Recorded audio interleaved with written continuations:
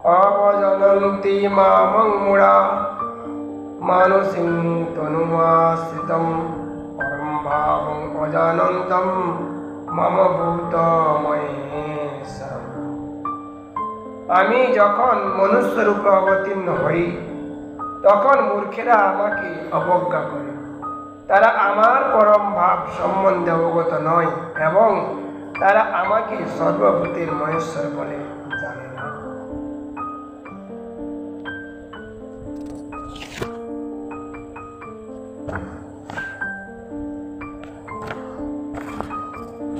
এখানে কি বলেছেন?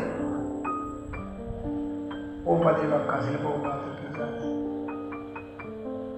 এই অধ্যায় পূর্ববর্তী শ্লোকগুলি ব্যাখ্যা থেকে স্পষ্ট হয়ে উপলব্ধি করা যায় যে নব রূপে অবতরণ করলেও পরম পুরুষোত্তম ভগবান সাধারণ মানুষ নন। সমস্ত সৃষ্টির সৃজন পালন ও সংহার কর্তা পরমেশ্বর ভগবান কখনো একজন মানুষ হতে পারেন তিনি।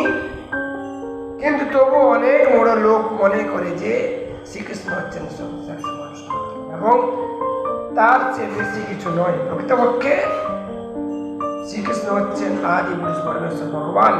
ব্রহ্মসংহিতায় তা বর্ণনা করে বলা হয়েছে ঈশ্বর পরম কৃষ্ণ সচিদানন্দ বিগ্রহ, তিনি হচ্ছেন পরমেশ্বর।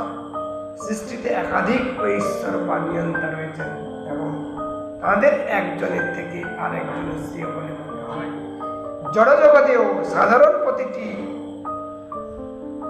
প্রশাসনের কোনো সচিবের উপর মন্ত্রী এবং সেই মন্ত্রীর উপরে রাষ্ট্রপতি শাসন করেন।